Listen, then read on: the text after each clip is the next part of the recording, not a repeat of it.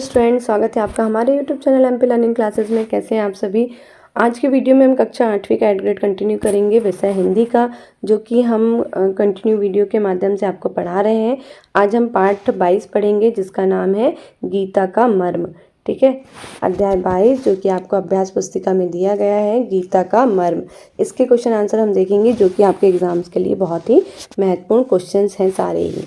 पहला प्रश्न है, गीता का मर्म पाठ के अनुसार पंडित गौवर्ण ने राजपाठ लेने से इनकार क्यों कर दिया। तो इसका उत्तर हो जाएगा, पंडित गौवर्ण ने कहा कि मैं तो पंडित हूँ, राजभोग अथवा आधे राज्य का लालच मेरे आत्म कल्याण के लिए उचित नहीं है, इसलिए उन्होंने राजपट लेने से इनकार कर दिया। अगला प्रश्न है, विद्वानों का आदर करने वाले नंद आनंदपाल का व्यवहार क्यों बदल गया था। तो इसका उत्तर है, आधा राज्य न देने का लोभ व कुटिलता के कारण आनंदपाल का व्यवहार बदल गया था। अगला प्रश्न है तीसरा, अर्जुन का धनुर्विद्या सीखने का उद्देश्य क्या था। तो इसका उत्तर हो जाएगा, सत्य व न्याय की रक्षा, दुष्टों का दमन, असहायों की सहायता तथा धर्म की रक्षा हेतु अर्जुन ने धनुर्विद्या प्राप्त की है। अगला प्रश्न है चौथा, राजा आनंद याल ने पंडित गौवर्ण को हतोत्साहित करने के लिए क्या किया। राजा आनंदयाल ने पंडित गौवर्ण को हतोत्साहित करने के लिए जानबूझकर मर्म न समझने की बात कही। अगला प्रश्न है पांचवा, महायोगी विसाख के अनुसार राजा आनंदपाल और पंडित गौवर्ण ने गीता के मर्म को क्यों नहीं समझा था। तो इसका उत्तर हो जाएगा, महायोगी विसाख के अनुसार गौवर्ण यदि गीता का मर्म जानते तो भी वे इस प्रपंच में ना पड़ते, और राजा आनंदपाल गीता का मर्म जानते तो वे इसका अनादर ना करते, है ना। अगला प्रश्न है छठवां, विद्वानों और पंडितों द्वारा राजा आनंदपाल को गीता का मर्म समझाने के लिए क्या क्या प्रयास किए गए हैं। तो इसका उत्तर हो जाएगा, विद्वानों और पंडितों द्वारा राजा आनंदपाल को गीता का मर्म समझने के लिए गीता का महत्व, उसके श्लोकों की विवेचना करते, अर्थ को समझाते तथा उनके उदाहरणों के माध्यम से व्याख्या करते थे। अगला प्रश्न है दीर्घ उत्तरीय प्रश्न के रूप में, गीता का मर्म पाठ के अनुसार गीता का मर्म क्या है, उदाहरण सहित बताइए। तो गीता का मर्म पाठ के अनुसार गीता का मर्म निम्न है।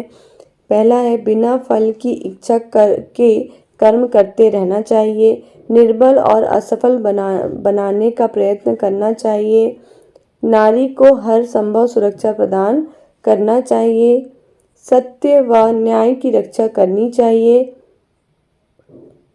लालच रखते हुए हमें कोई भी कार्य नहीं करना चाहिए।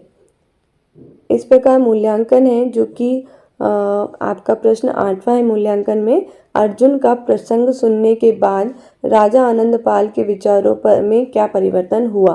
तो इसका उत्तर है,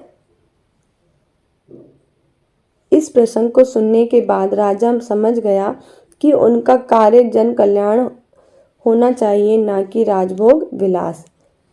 अगला प्रश्न है 9वां, गीता का मर्म पाठ के अनुसार विद्या प्राप्त करने का वास्तविक उद्देश्य क्या है।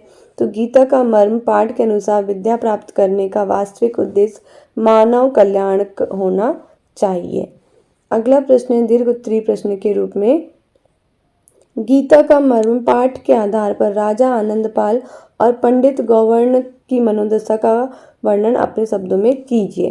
तो इसका उत्तर हो जाएगा, इस पाठ के आधार पर राजा आनंदपाल के मन में हलचल मचा दी। उन्हें लगा कि राजा के रूप में उनका कार्य जन कल्याण होना चाहिए, राजभोग की लिप्सा या लालसा नहीं। उनके मन में वैराग्य भाव जागृत हो गया। उन्होंने अपना संपूर्ण राजपट गीता का मर्म सुनाने वाले पंडित गौवर्ण को देने की इच्छा व्यक्त की। उधर महाज्ञानी गौवर्ण सोचने लगे कि मैं तो पंडित हूँ, राजभोग अथवा आधे राज्य का लालच मेरे आत्म कल्याण के लिए उचित नहीं। उनके मन में भी विरक्ति पैदा हो गई और वे राजपाट के मोह से मुक्त हो गए। इस प्रकार ये अध्याय आपका समाप्त होता है। एट ग्रेड के जो क्वेश्चंस हैं आपको जो अध्याय में दिए गए हैं वो मोस्ट इम्पॉर्टेंट क्वेश्चंस हैं। सारे इन क्वेश्चंस को आपको बहुत अच्छे से याद कर लेना है एग्जाम्स के लिए। वीडियो कैसा लगा कमेंट बॉक्स में बताइए और वीडियो को लाइक करना ना भूलें, चैनल को सब्सक्राइब ज़रूर करिएगा। थैंक्स फॉर वॉचिंग, मिलते हैं नेक्स्ट वीडियो में।